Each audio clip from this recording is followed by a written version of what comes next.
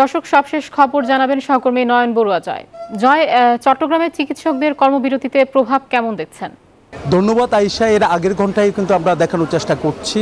এখন আমরা চট্টগ্রাম মেডিকেলের দৃশ্যটা আপনাকে দেখাতে যাচ্ছি। সরকারি মেডিকেল যেহেতু চিকিৎসা হচ্ছে, বেসরকারি মেডিকেলগুলোতে যেহেতু চিকিৎসা বন্ধ, তার কারণে রোগীরা বেসরকারি মেডিকেল ঘুরে এখন সরকারি মেডিকেলের দিকে তারা ছুটছে। এখানে রোগীদের ভিড় বেড়ে গেছে। এখানে চিকিৎসক যারা আছে তারাও হিমশিম খাচ্ছেন। দেখছেন এখানে রোগীদের চাপ দেখলে আপনি বুঝতে পারছেন। দীর্ঘ লাইন, কখন তারা মেডিকেলে ভর্তি হতে পারবে, যেহেতু তারা বেসরকারি মেডিকেলে গেছে, সেখান থেকে কিন্তু তারা ফেরত এসে কিন্তু এখানে চট্টগ্রাম মেডিকেলে এসেছে। একই সাথে আমরা দেখছি এখানে যারা রোগীর এখানে যারা চিকিৎসক দেখাতে এসেছেন তারাও কিন্তু আমরা দেখছি এখানে চলে এসছেন।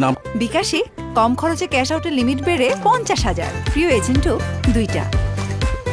আমরা একটু এখানে যারা রোগীরা এসেছেন, এখানে কয়েকজন রোগী আছে আমরা দেখতে পাচ্ছি এখানে বসে আছে, দেখতে পাচ্ছেন। এখানে তারা কখন চিকিৎসা নেবে বেসরকারি মেডিকেল গিয়ে সেই জায়গা থেকে তারা ফেরত এসেছে বলে আমাদেরকে জানিয়েছেন। তো এই ছিল আমার এখানকার সর্বশেষ। ফিরে যাচ্ছি স্টুডিওতে আয়েশার কাছে।